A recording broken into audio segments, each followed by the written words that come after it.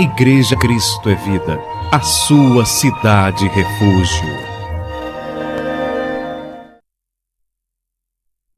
Abra a tua Bíblia no livro do profeta Jeremias, capítulo 5, versículo 26 e 27. Jeremias, capítulo 5, versículo 26 e 27. Deus fala através do profeta e diz: porque entre o meu povo se acham perversos, cada um anda espiando como espreita os passarinheiros, como eles dispõe armadilhas e prende os homens. Como a gaiola cheia de pássaro, são as suas casas cheias de fraude. Por isso se tornaram poderosos e enriqueceram. Vamos orar para que mais uma vez o Senhor fale conosco através do seu Espírito Santo. Oremos ao nosso Deus agora. Senhor Jesus Cristo, nós graças te damos, meu Deus, porque a tua graça nos alcançou. Nós estávamos perdidos nesse mundo, sem rumo, sem direção, cegos espirituais, que não enxergávamos o verdadeiro caminho, mas o Senhor nos resgatou. A tua graça nos livrou do medo da morte, do medo do inferno, medo do amanhã. O Senhor nos libertou de uma prisão de grades invisíveis, a prisão do pecado, a prisão da falsa religião, do falso evangelho. E por isso hoje nós somos teus servos. Por isso que hoje nós manifestamos ao mundo o teu caráter, porque o Senhor operou uma grande obra em nossas vidas. E queremos nessa noite, meu Deus, ouvir mais uma vez o teu Espírito Santo, falar ao nosso espírito. Usa-me como teu servo, como teu pastor. Usa, Senhor, os meus lábios, os meus olhos, a minha mente, e fala através de mim a tua igreja. Inspira-me, capacita-me, dá-me sabedoria para proclamar as boas novas do teu reino, para anunciar a tua palavra com verdade, porque somente assim o teu nome é glorificado e somente assim a tua igreja é fortalecida. Eu te peço em nome do Senhor, em nome de Jesus, e que todos que creem digam amém e amém. Diga graças a Deus. Jeremias, nesses versículos, ele está falando de um sistema religioso que é contrário a Deus. Um sistema religioso que escraviza as pessoas. Eles escravizam, como nós falamos hoje pela manhã, a mente das pessoas, manipulam os pensamentos, manipulam as vontades, a pessoa não tem vontade própria, eles robotizam as pessoas. Mas o mais impressionante é que é um sistema religioso que se apresenta como sendo de Deus. No Velho Testamento, eles tinham as Escrituras, eles falavam do Deus Todo-Poderoso, eles falavam do Deus de Abraão, do Deus de Isaac, do Deus de Jacó, mas na verdade falavam só da boca para fora. Eles traziam um falso ensinamento, eles faziam com que as pessoas fossem presas pelas armadilhas que eles colocavam. Então, o poder que esse sistema religioso tem é um poder tão grande que eles conseguem fazer com que as pessoas sejam induzidas a crer no falso evangelho, a crer que Deus não é soberano, a crer que a salvação se perde, a crer que aquilo que Jesus fez na cruz do Calvário não foi suficiente. Quando Jesus disse está consumado, eles procuram incutir na cabeça das pessoas que não consumou coisa nenhuma, que as pessoas têm que fazer algo mais. Eles conseguem fazer com que as pessoas, sem se aperceberem, lutem contra a verdade de Deus, passem a ser fiéis aos homens, ao invés de serem fiéis a Deus. Por isso que nós vemos que nos dias de hoje é a mesma coisa. Tem Bíblia, fala do nome de Jesus, fala dos milagres, fala das maravilhas, fala do poder de Deus, mas por trás disso, eles empurram um falso evangelho, como a teologia da prosperidade, e acaba escravizando as pessoas, induzindo as pessoas a crerem em mentira, a serem fiéis a homens, não fiéis a Deus, a serem fiéis a uma denominação. Olha, a grande maioria das pessoas, irmão, não se convertem a Cristo. Elas se convertem a uma denominação. Por isso que você pergunta assim, você é o que, irmão? Batista. E você? Eu sou da Assembleia. E você? Sou presbiteriano. E você? Católico. Não aparece um que diga eu sou cristão. E a pessoa se converte a uma denominação e ela defende aquela denominação com unhas e dentes, independente da denominação, está contra a Bíblia. Você não já percebeu isso, não? Você não já viu que o sistema funciona exatamente dessa maneira? No tempo de Jesus, já era assim. O sistema religioso de Israel, o sistema religioso dos judeus, fanatizou tanto o povo de Israel, manipulou tanto as pessoas naquela época, que quando Jesus se apresenta como Messias, como Salvador, como era profetizado por todos os profetas, eles conseguiram incutir na mente das pessoas que Jesus não era o Cristo. As pessoas rejeitaram Cristo, elas perseguiram violentamente o Senhor Jesus Cristo. Olha o que um sistema religioso falso é capaz de fazer. Quando as pessoas se admiravam dos milagres que Jesus realizava, quando elas ficavam empolgadas com a maneira de Jesus ensinar, que Jesus ensinava com autoridade, não como ensinavam os fariseus, os saduceus, os escribas. Eles corriam para incutir na mente das pessoas que Jesus era um impostor, que Jesus era um louco, que os milagres que Jesus realizava era pelo poder de Belzebu, Lucifer.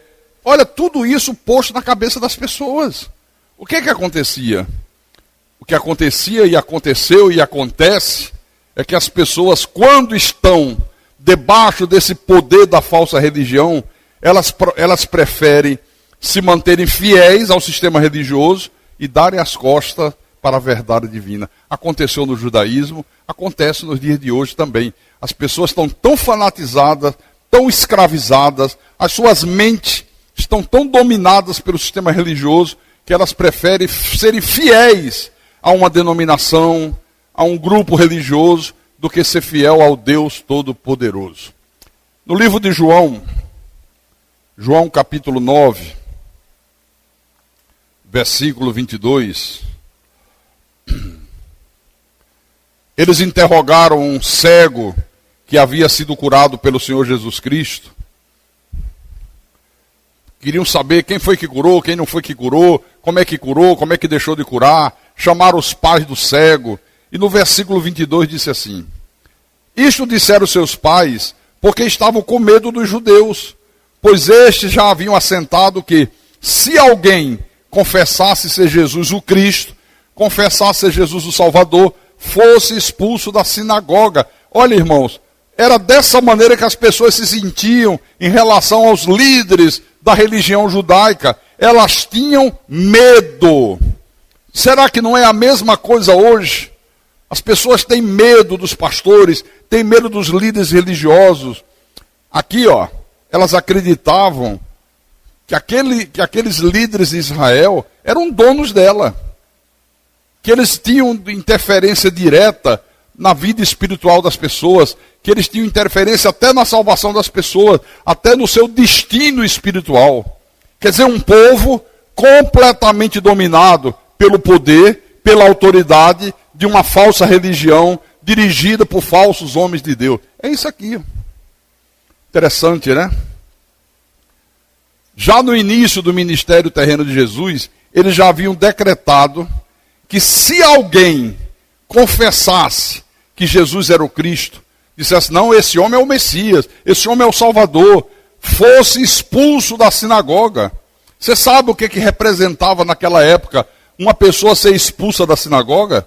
Era ela ser alijada completamente da vida social de Israel, porque naquele tempo tudo girava em torno da sinagoga. Se alguém fosse expulso da sinagoga, perdia o direito de conviver em sociedade, perdia o direito de usufruir daquilo que todo cidadão de Israel tinha direito.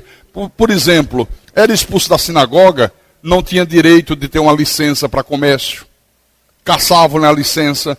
Se era uma pessoa que trabalhava para o governo de Israel, era demitida do emprego, fazia uma pressão violenta. Olha, se alguém confessar, seja expulso da sinagoga. Na Idade Média, O catolicismo fazia isso com a excomunhão.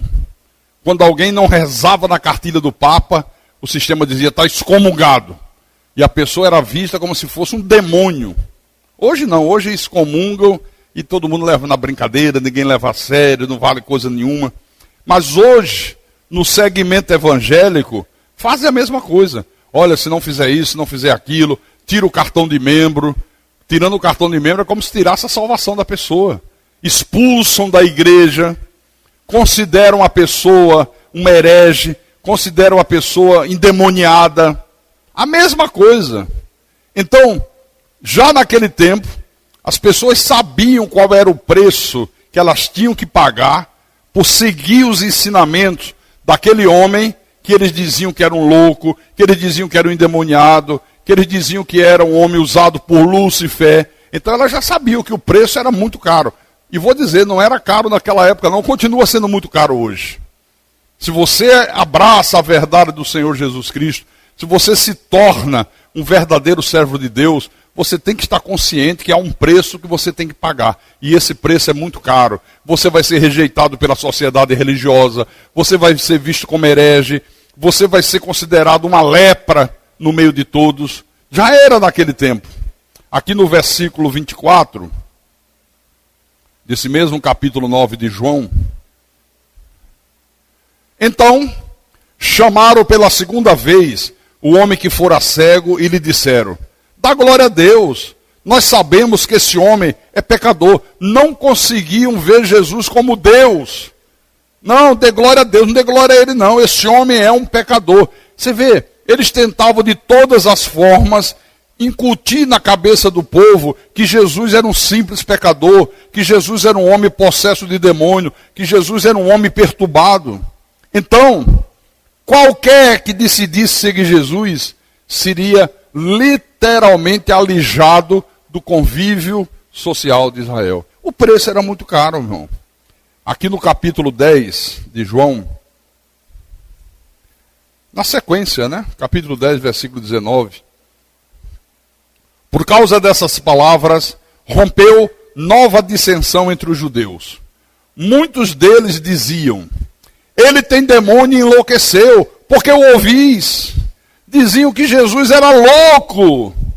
Ele tem demônio, ele está louco, ele está perturbado. Por que vocês ouvem o que ele fala? Por que vocês perdem tempo ouvindo? Será que não fazem a mesma coisa hoje? Não ouça esses irmãos da Cristo é Vida, esse pessoal da Cristo é Vida, eles são um bando de hereges. Não ouça o pastor Carlos, é um perturbado da vida, é um endemoniado, tal. Não ouça o que ele diz, não ouça o que ele ensina. Olha aqui com Jesus a mesma coisa. No capítulo 11, versículo 53, diz assim, desde aquele dia resolveram matá-lo. Olha, decidiram matar Jesus, irmão. O clima era de um ódio tão grande, tão violento, que você sabe, todos nós sabemos, culminou com o quê? Com a morte de Jesus na cruz. Tudo isso promovido pelos líderes de um sistema religioso que era visceralmente contrário à verdade de Deus. Totalmente contrário à verdade de Deus. Decidiram matá-lo. No livro de Mateus, capítulo 23. Mateus, capítulo 23, versículo 15. Olha como Jesus se dirigia a essa gente. Ai de vós, escribas e fariseus, hipócritas, porque rodeais o mar e a terra para fazer um prosélito, e uma vez feito, o tornais filho do inferno, 2 vezes mais do que vós. Que coisa dura Jesus falou. Jesus diz, vocês tornam as pessoas possuídas de uma incredulidade 2 vezes maior do que a incredulidade de vocês. Além de vocês não estarem satisfeitos com a incredulidade perversa que reina no coração de vocês, vocês são capazes de fazer qualquer sacrifício, qualquer coisa, para fazer um prosélito, para fazer um discípulo, e uma vez feito, vocês o tornam filhos do inferno 2 vezes mais do que vocês são. Por isso, que logo adiante, veja o que aquelas multidões pedem. No capítulo 27, está isso. Mateus capítulo 27, versículo 21 em diante. Nós estamos falando daquelas multidões que seguiram Jesus durante muito tempo, que viam os milagres, e quanto mais milagres Jesus realizava, mais aumentava as multidões. Quanto mais prodígio, mais as multidões aumentavam. Mas quando Jesus é preso pelo sistema religioso de Israel, ele está diante de Pilatos. Pilatos diz: eu não vejo culpa nesse homem. Esse homem não fez nada de mal. Esse homem não fez coisa nenhuma que justificasse, nem ele está preso. Quanto mais essa raça de víbora está querendo a morte desse homem. E Pilatos tenta fazer uma jogada política. Ele diz: para eu não ficar mal com os judeus, que ele dependia politicamente dos judeus, ele disse: eu vou usar um artifício. É a época da Páscoa, é comum nessa época eu soltar um prisioneiro, eu vou mandar trazer um homem que é um homicida, um assassino, e vou pedir que eles escolham entre Jesus e esse homicida. Está na cara que eles vão escolher Jesus. Jesus não matou ninguém, Jesus não fez mal a ninguém, Jesus não usurpou ninguém. Esse foi o pensamento de Pilatos. Mas como eu disse, o poder que o falso sistema religioso tem é muito grande. Domina, escraviza a mente das pessoas. Olha o que acontece aqui. Mateus capítulo 27, versículo 21. De novo, perguntou-lhe o governador: qual dos dois quereis que eu vos solte? Quem vocês querem que eu solte? Eu solto Jesus ou eu solto Barrabás? Assassino, homem cruel, homem perverso, bandido. Olha o que a multidão responde. Responderam eles: Barrabás. Aí Pilatos replica: que farei então de Jesus chamado Cristo? O que é que eu faço então com Jesus? Solto? Dou uns cascudos nele, mando ele embora e está tudo resolvido? O que é que vocês querem? Olha o que a multidão clama: que seja crucificado. Todos pediram a crucificação de Jesus. Todos pediram que Jesus fosse morto numa cruz. Pilatos ainda insiste no versículo 23. Que mal fez ele? Que mal esse homem fez para vocês terem tanto ódio? Para vocês desejarem a morte desse homem? Porém, cada vez mais clamavam: seja crucificado, seja crucificado. Vendo Pilatos que nada conseguia, antes pelo contrário, aumentava o tumulto, mandando vir água, lavou as mãos perante o povo, dizendo: estou inocente do sangue deste justo, fique o caso convosco. E o povo todo respondeu: caia sobre nós o seu sangue e sobre os nossos filhos. Você vê, toda aquela multidão pedia que ele fosse crucificado. Não queremos os ensinamentos desse homem. Não queremos que esse homem seja o nosso Salvador. Não aceitamos esse homem como sendo o Messias. Queremos que ele seja morto, queremos que ele seja crucificado. Quem é que incutiu na cabeça dessas pessoas tamanho ódio? O falso sistema religioso de Israel. Vocês estão percebendo o poder terrível que uma falsa igreja tem? Vocês estão percebendo o poder terrível que um falso líder espiritual tem sobre a vida das pessoas, depois que eles aprisionam as pessoas, pela falta de conhecimento, pela falta de conhecer a verdade de Deus? Por isso que Jeremias disse: olha, eles põem armadilhas e escravizam os homens, prendem os homens, aprisionam os homens. Irmãos, e todo esse ódio aqui, e toda essa perseguição contra Jesus, tem o seu desenlace, o seu início de uma forma tremenda, a partir da cura de um paralítico no tanque de Betesda. Ali começa mesmo a perseguição violenta, no início do ministério dele. Deixa eu mostrar aqui no livro de João, capítulo 5, versículo 1 em diante. João capítulo 5, versículo 1 em diante. Passadas estas coisas, havia uma festa dos judeus, e Jesus subiu para Jerusalém. Ora, existe ali, junto à porta das ovelhas, um tanque chamado em hebraico Betesda, o qual tem 5 pavilhões.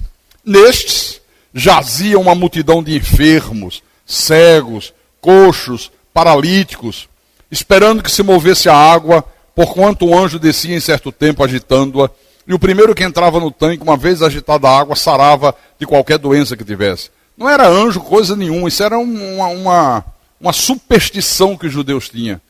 Alguém disse, olha, essa água aqui de vez em quando se move. E primeiro que entra é sarado. E de fato acontecia. Mas não tinha nada a ver com Deus. Não tem gente que vai para esses santuários católicos. Não tem gente que vai para esses pais de santo e também não recebem curas. É Deus? Não.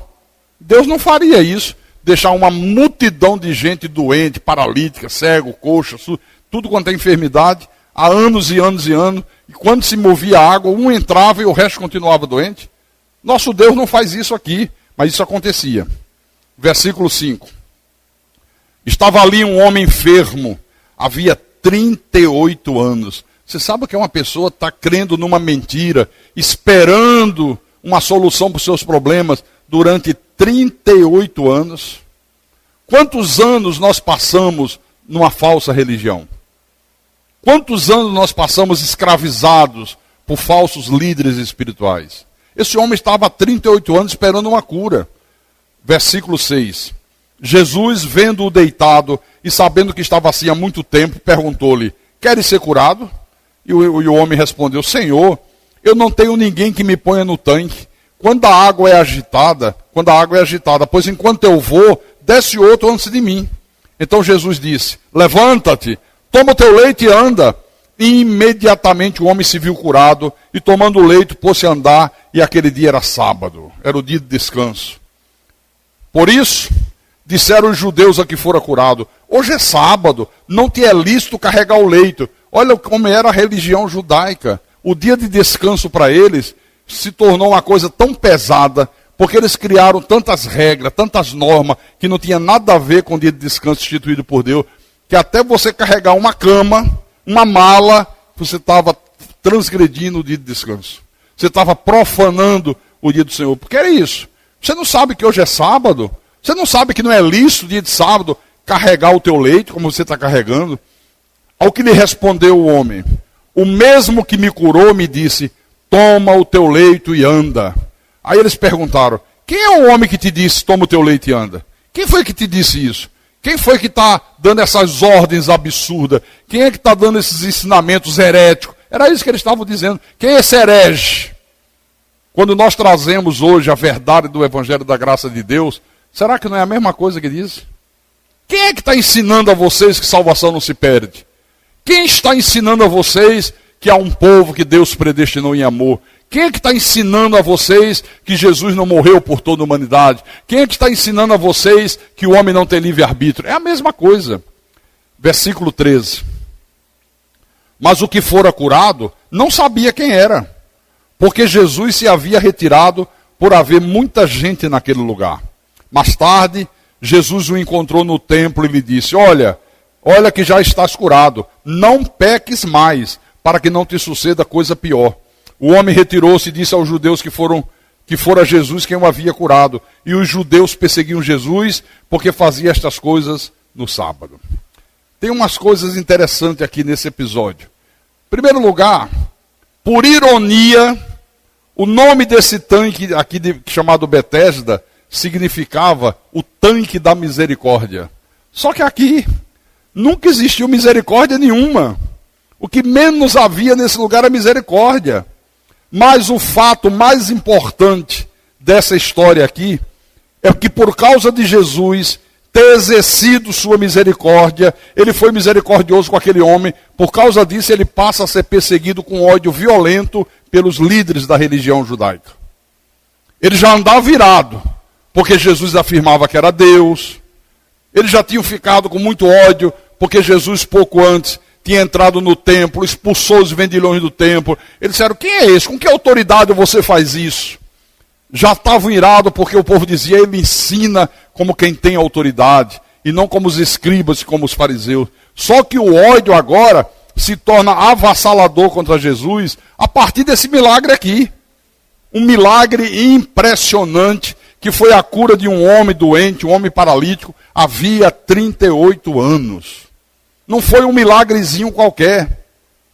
E nesse milagre aqui, Jesus apresenta mais uma evidência de que ele era o Deus deles, de que ele era o Deus Todo-Poderoso, que ele era o Deus eterno, o Criador dos céus e da terra, só que naquele momento num corpo de carne. Mas, irmãos, o milagre aqui não é a causa principal desse evento. Jesus realizou esse milagre somente para mostrar a reação dos líderes da religião judaica em relação a ele. Por isso ele realizou, ele sabia que aonde ele ia, a turma ia atrás. Olhando o que ele fazia, olhando o que ele ensinava, recriminando, jogando as multidões contra Jesus. Então ele fez para mostrar como eles reagiam em relação a ele mesmo.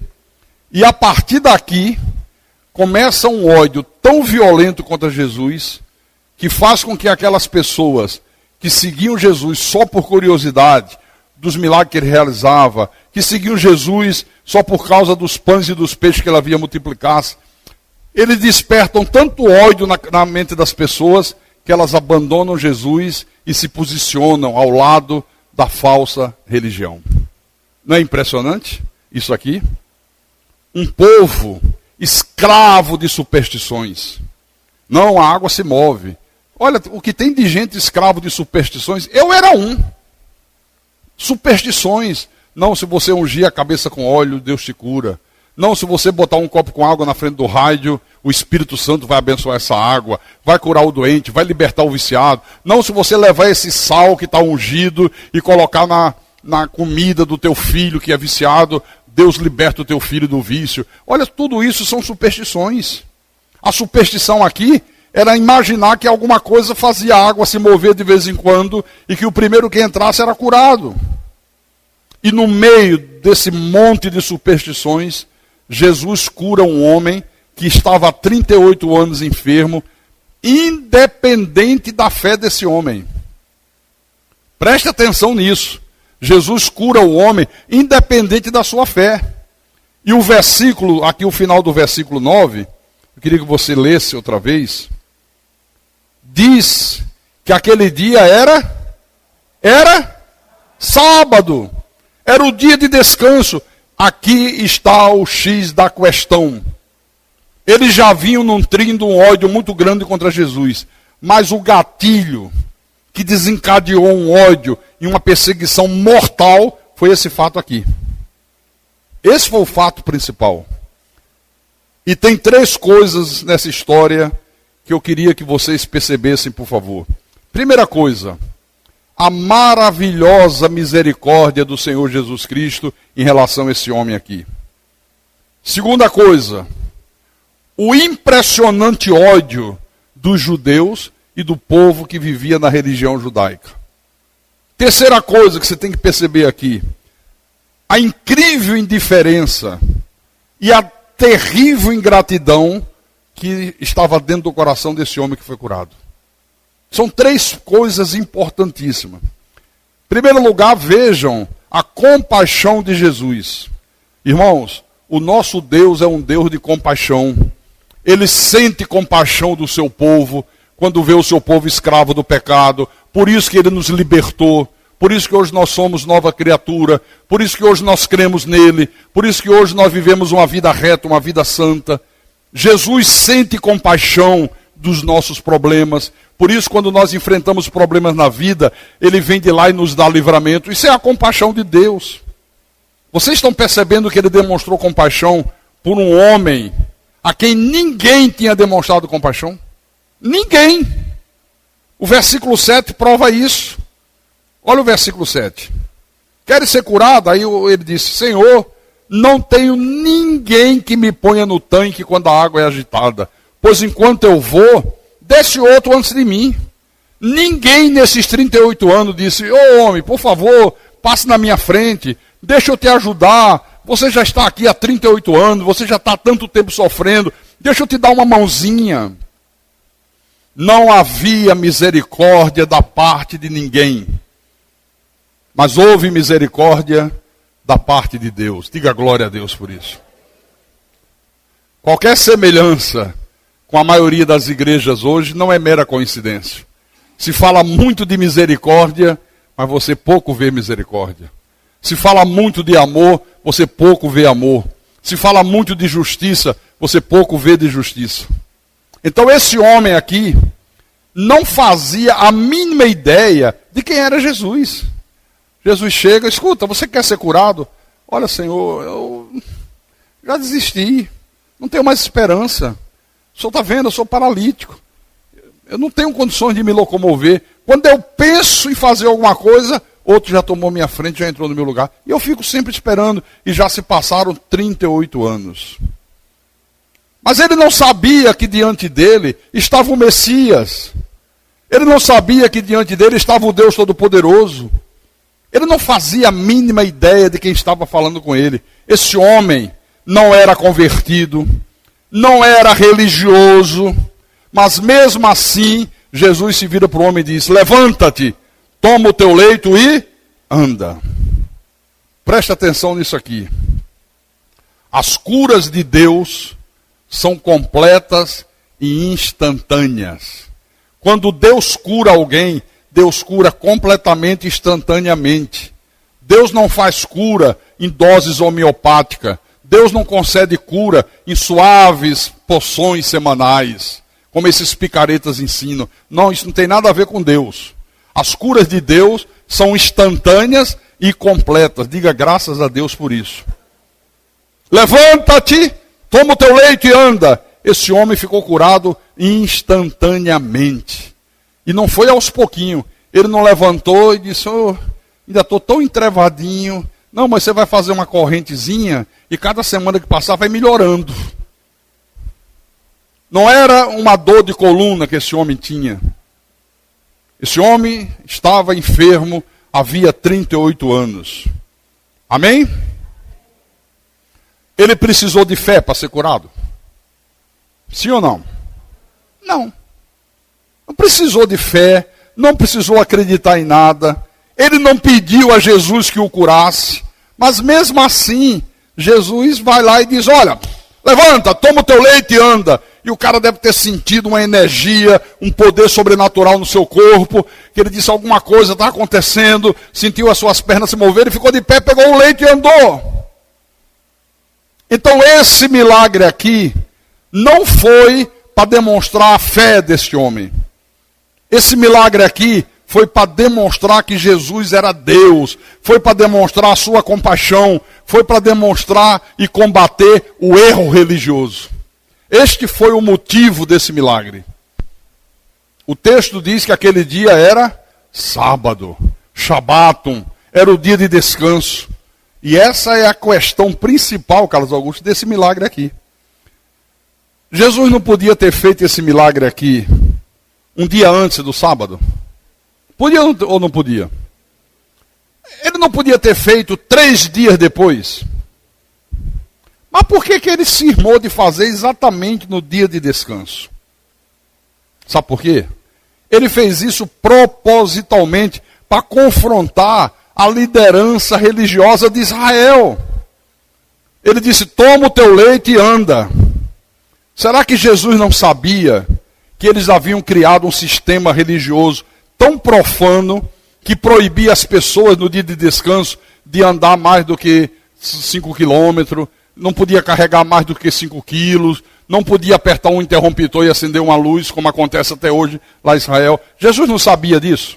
Claro que ele sabia. Jesus sabia.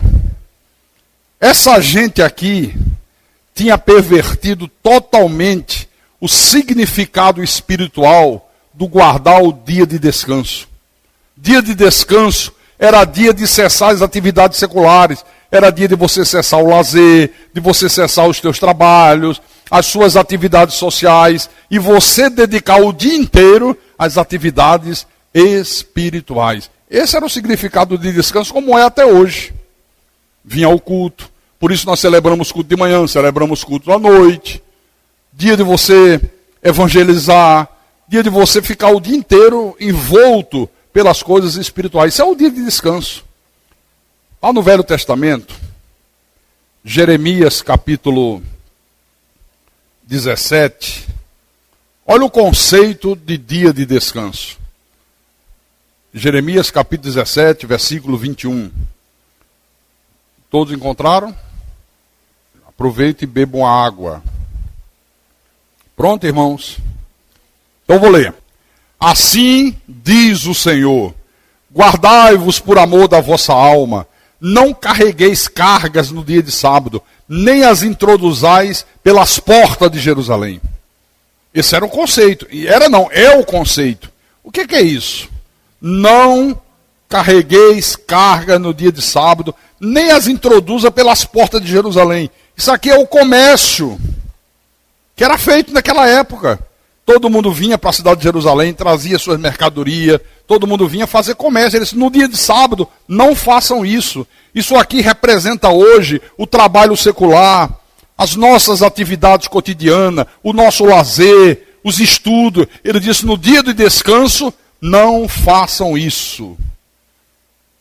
Só que vem os líderes da religião judaica e acrescenta um monte de proibições absurdas, tornando essa coisa de guardar o dia de descanso um fardo simplesmente insuportável para o povo. Você vê, implicaram com o homem, porque o homem carregou o seu leito, depois de curado. Deixa eu voltar no livro de Lucas, capítulo 6, versículo 6 em diante. Outro episódio. Sucedeu o quê? Em outro sábado, entrou ele na sinagoga e ensinava. Ora, achava-se ali um homem cuja mão direita estava ressequida, uma mão mirrada. Os escribas e os fariseus observavam-no, procurando ver se ele faria uma cura no sábado, a fim de achar de que o acusar. Mas ele, conhecendo-lhes os pensamentos, disse ao homem da mão ressequida, levanta-te e vem para o meio. E ele, levantando-se, permaneceu de pé. Então disse Jesus a eles, aos líderes da religião, aos escribas e fariseus, que vos parece? Qual é a opinião de vocês? É lícito no sábado, no dia de descanso, fazer o bem ou fazer o mal? Salvar a vida ou deixá-la perecer? O que é que vocês acham? E fitando todos ao redor, disse ao homem, estende a mão. Ele assim o fez e a mão lhe foi restaurada. Mais uma cura impressionante. Mas eles se encheram de furor e discutiam entre si quanto ao que fariam a Jesus. Irmãos, queriam matar Jesus porque Jesus fazia o bem no dia de descanso. Olha o ódio dessa gente. Então, o dia de descanso, o Shabato, era a base central do sistema religioso de Israel naquele tempo. O sistema religioso fariseu, o sistema religioso hipócrita. E hoje, qual é a base do sistema religioso que está aí implantado? Qual é a base hoje? Na época era a guarda de descanso. E hoje? Vocês não sabem, gente? Qual é a base que sustenta o sistema religioso que está aí fora implantado?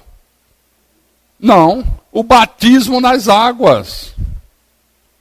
Você dizer que é cristão sem ter se batizado nas águas, para o sistema religioso não vale nada.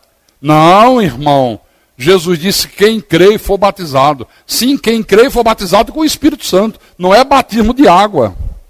Hoje é o batismo nas águas. Todo o sistema religioso está fundamentado nisso aí. Se você disser que é cristão, mas que não batizou nas águas, você não é aceito como cristão. Aqui era a guarda do dia de descanso. Então, Jesus curou esse homem propositalmente no dia de descanso. Jesus sabia que estava sendo observado, manda que aquele homem doente se levantasse, carregasse o seu leito, porque Jesus queria desafiar os líderes religiosos, que aonde ele ia, eles iam atrás observando. Então ele fez isso no tanque de Betesda, ele fez isso aqui, quando se encontra com esse homem da mão mirrada, ele estava desafiando os líderes da religião judaica. Sabe por quê, irmãos? Porque o nosso Deus, o Senhor Jesus Cristo, não tem nenhum compromisso com as doutrinas dos homens. Jesus não tem nenhum compromisso com esse falso evangelho que é anunciado aí fora. O seu compromisso é única e exclusivamente com a sua palavra. É única e exclusivamente com a sua verdade. Ele não tem compromisso com outra coisa. Aqui no versículo 10, continuando. E fitando-os todos ao redor, disse ao homem, estende a mão. E ele assim o fez, e a mão lhe foi restaurada. Mas eles se encheram de furor e discutiam entre si quanto ao que fariam a Jesus. Você vê, a mesma coisa que aconteceu no tanque de Betesda acontece aqui. Eles não deram a mínima para o bem que Jesus fez a esse homem da mão mirrada. Eles não deram a mínima para o bem que Jesus fez àquele homem que há 38 anos sofria de uma enfermidade. Para eles, só importava a obediência às regras que eles criaram. Era isso que importava para essa gente. Não é a mesma coisa que a gente vê nos dias de hoje? Só dão importância à roupa que as pessoas usam. Se a mulher usa calça comprida, não é convertida. Se o homem usar uma bermuda, diz que não tem o Espírito Santo. Se a mulher usa uma maquiagem, já chama de Jezabel. Já diz, vai se converter, mulher. Como é que você é cristã dessa maneira? Só dão importância a essas coisas. A mulher pode ser uma mulher extremamente temente a Deus. Pode viver uma vida de santidade. Mas se ela não estiver usando aquela saia grandona, eles consideram essa mulher ímpia. Pode ser a mais santa, não quer saber de santidade. Mas eu não vivo em pecado, eu vivo em obediência a Deus. Eu não vivo desobedecendo os mandamentos. Eu sou uma mulher temente ao Senhor, mas com essa saia, vai se converter, mulher. É a mesma coisa, irmãos. A mesmíssima coisa. Deixa eu vir aqui no livro de João, capítulo 5, versículo 12. O episódio do tanque de Betesda, tá? João capítulo 5, versículo 12. Aí perguntaram-lhe eles. Perguntaram ao homem que Jesus curou, que se levantou, pegou o seu leito e ia para casa. Quem é o homem que te disse, toma o teu leito e anda? Quem foi que disse que você podia pegar o teu leito e caminhar? Quem foi o indivíduo que te disse isso? Você vê, ignoraram completamente o milagre. Ignoraram a compaixão que Jesus teve por esse homem. Para eles não importava nada. O homem fica intimidado. O homem é colocado no canto da parede. E aí vem a parte mais constrangedora dessa história. A parte mais constrangedora vem agora. Versículo 14. Mais tarde, Jesus o encontrou no templo. E lhe disse, olha que já estás curado. Não peques mais, para que não te suceda coisa pior. Só agora, no templo, esse homem teve a oportunidade de reencontrar Jesus. Sem saber ainda quem Jesus era. A única coisa que ele sabia é que ele sofria há 38 anos. E Jesus teve compaixão dele, se levanta-te, toma o teu leito e anda. Aqui. Eu pergunto, esse homem aqui demonstrou gratidão? Não? Como é que você sabe que não? Como é que você sabe que ele não demonstrou gratidão? Cuidado, porque às vezes você diz não, aí uma pessoa lá fora diz, por quê? Aí você, Não, por que não? Não, porque não vale. Tem que provar na Bíblia que ele não demonstrou gratidão. Como é que é? Porque ele não adorou? Não. Sabe o que é que esse homem fez? Isso. Irmão Neném acertou. Versículo 15. O homem retirou-se e disse aos judeus que fora Jesus quem o havia curado. Quando Jesus se encontra com ele no templo, o cara está lá, feliz da vida, cheio de saúde, curadão da Silva, Jesus se aproxima, dá uma batidinha no ombro e diz, olha, não tornes a pecar, para que não te suceda coisa pior. Mantenha uma vida íntegra a partir de hoje. Aí ele diz, é ele. Olha aí, reencontrei com ele, o homem que me curou. Ele corre e chama os judeus e diz, olha, foi ele ali que me curou. Foi ele que mandou eu tomar o leito e caminhar para casa. Preferiu ficar ao lado dos judeus que odiavam Jesus.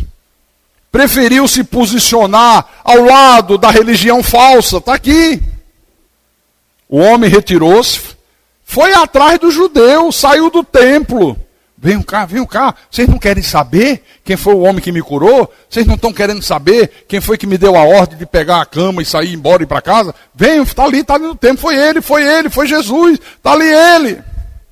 Mesmo sabendo que os judeus tinham um verdadeiro ódio, que os judeus queriam matar Jesus de qualquer forma. Então, com essa atitude, esse homem aqui declara o seu amor, declara a sua total subserviência àqueles que eram inimigos de Deus. Tremendo isso, não? Porque ele sabia que eles odiavam Jesus. Ele sabia que eles queriam matá-lo. Isso não era uma coisa oculta para ele. Mas mesmo assim, mesmo tendo experimentado a compaixão de Deus, ele vai lá e entrega Jesus para os seus inimigos. Que ingratidão. Isso é para vocês verem o que faz uma pessoa quando está escravizada por uma falsa religião. Ela é capaz de vender a própria alma, ela vende a verdade de Deus, ela se volta contra Deus, mas ela prefere ficar ao lado da religião falsa.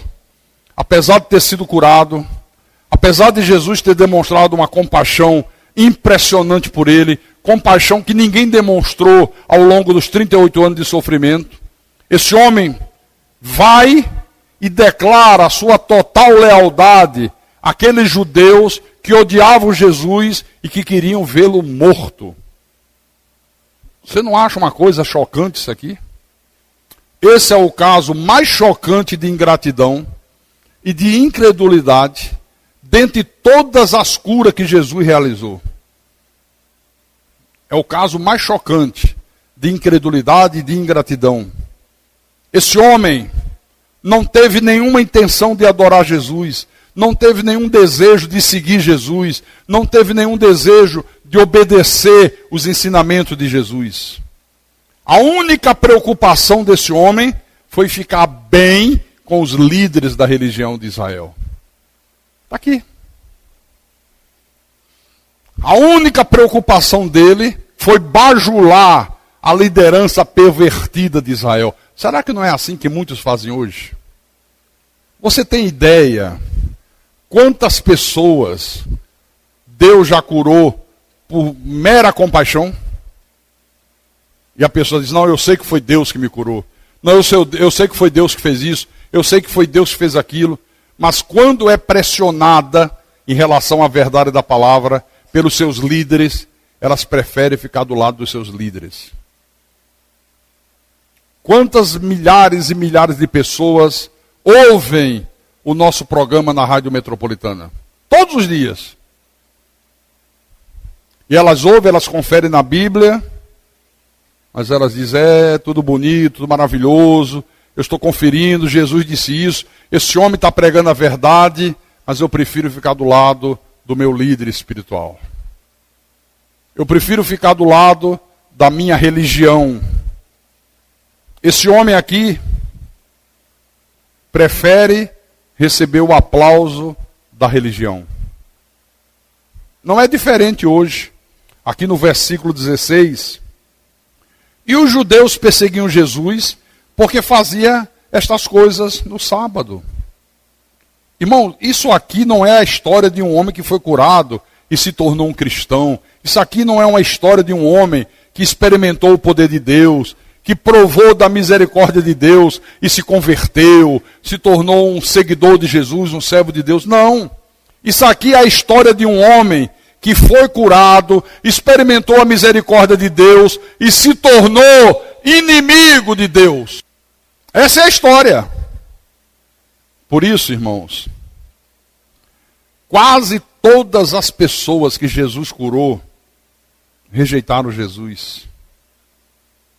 Quase todos daquelas multidões que ficavam maravilhados do seu poder, que ficavam maravilhados da maneira com que ele ensinava, mesmo assim, rejeitaram Jesus. Jesus curou milhares e milhares e milhares de pessoas. João diz que se todas as curas que Jesus realizou fossem escritas, nem todos os livros do mundo caberiam. Impressionante, né? Mas no final, depois de 3 anos de ministério, quantas pessoas permaneceram ao lado dele? Nós vimos hoje de manhã aqui. 120 pessoas. 120 pessoas. Não é impressionante? Às vezes as pessoas, tem gente que diz assim, poxa pastor, por que a nossa igreja não fica lotada? Porque ovelha é coisa rara. A pregação da verdade não lota, esvazia. Esvazia, esvazia. Porque quem não é ovelha vai embora. Quem não é ovelha não fica. Você acha ouro em qualquer lugar? Hã? Mas lata. É fácil de achar lata?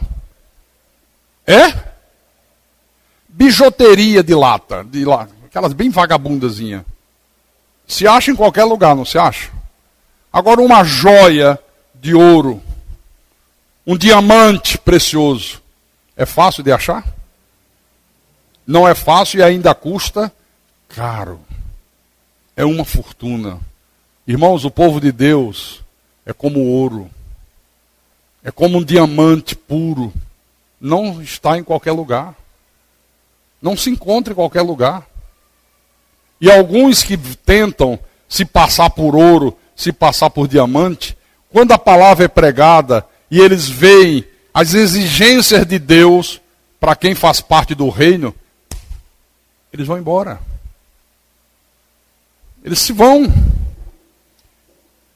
Eu pergunto a você que está me ouvindo agora pela Rádio Metropolitana, você que está me ouvindo porque alguém emprestou para você um CD, você que está me ouvindo pela internet, você ama Jesus? Você ama a verdade? Você ama esse evangelho da graça de Deus que você tem ouvido? Ou você diz que ama, mas continua fiel aos seus falsos pastores, à sua falsa religião?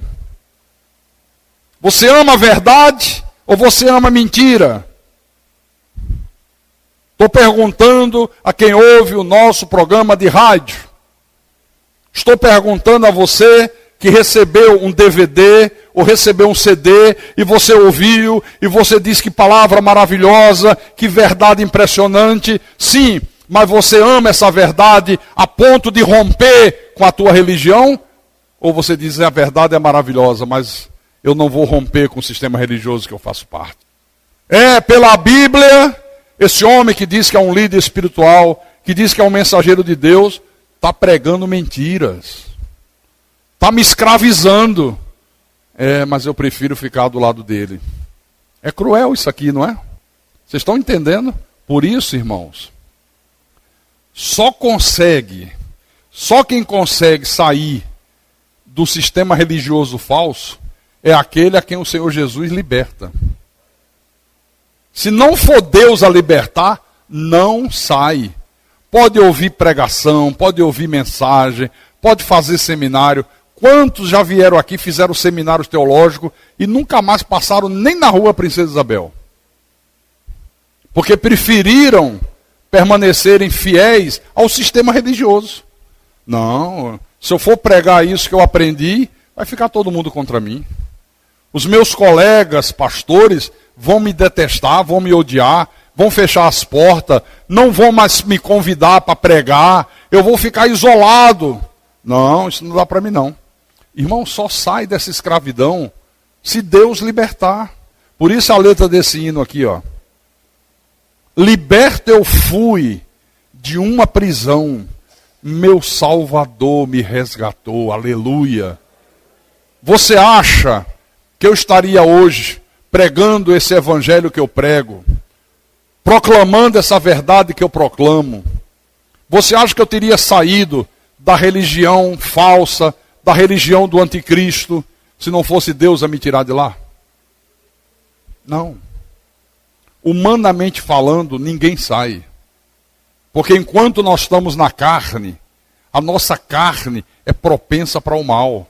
A nossa carne, ela é desejosa de poder. A nossa carne se corrompe em troca de riqueza. E tudo isso eu tinha, riqueza, poder. Ninguém sai. Você passa a mão em cima do erro. Você faz vista grossa para o erro, porque você quer manter o seu privilégio. Tem que ser Deus tirando. Tem que ser uma ação sobrenatural de Deus. Sobrenatural de Deus. E se a pessoa é uma ovelha, ela vai permanecer fiel e grata a Deus até o último dia da sua existência nesse corpo de carne. Se você é grato a Deus, e Deus um dia te trouxe a esse santuário aqui, e aqui você ouviu a verdade, e aqui os teus olhos foram iluminados, você vai permanecer aqui até o último dia da tua existência nesse corpo de carne. Você vai ter um amor tão grande pelos irmãos, você vai ter um amor tão grande pelo pastor, você vai ter um amor tão grande pela verdade, que você diz, não, aqui é o meu aprisco. Mas se você não é uma ovelha de Jesus Cristo, você pode ficar aqui com a gente 1 ano, 3 anos, 5 anos, mas chega uma hora que você mesmo cria um caso e vai embora. Não há laços de amizade. Não há laços fraternos. Você age de uma maneira pior do que os animais irracionais. Nem um cachorro age assim. Não só um cachorro, um gato, um animal de estimação qualquer. Você cria um cão, ele fica tão fiel a você, que ele não te abandona nunca. Nunca. O rapaz foi morto, estava lá o corpo estendido no chão, demorou não sei quantas horas para o rabecão pegar o corpo, isso foi em São Paulo, e quando ele foi morto, ele caminhava com o cachorrinho dele. Era um bandido, era um traficante. E outro pessoal de outra gangue o matou.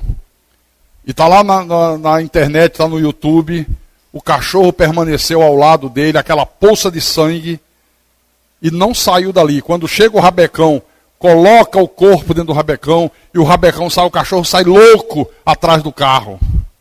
Que fidelidade. Que fidelidade. Um soldado foi para a guerra, isso é história verídica, e o cachorro o acompanha até uma estação de trem, não lembro se foi no Japão, se foi na China, não estou lembrado agora. Me parece que foi no Japão. E o cachorro vai até a plataforma do trem, onde ele embarca e vai ao encontro das tropas para guerrear pelo seu país.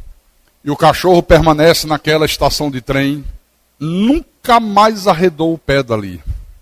O soldado morreu na guerra e o cachorro morreu naquela estação esperando o retorno do seu dono. O filho do diabo não tem esse amor, não tem essa fidelidade. Ele não tem isso. A qualquer momento, ele vira as costas para Deus, ele vira as costas para aqueles que são de Deus. Amém? Aqui o exemplo desse homem. Apesar de toda a compaixão de Jesus por ele, você já pensou você estar paralítico há 38 anos e Deus te levantar da paralisia, fazer você andar novamente e nem assim você ser grato a Deus? Pelo contrário, ainda ficar do lado dos inimigos de Deus? É assim que os filhos do diabo fazem. E eu termino dizendo, quem tem ouvidos para ouvir, que ouça o que o Espírito falou com a igreja nessa noite, em nome de Jesus.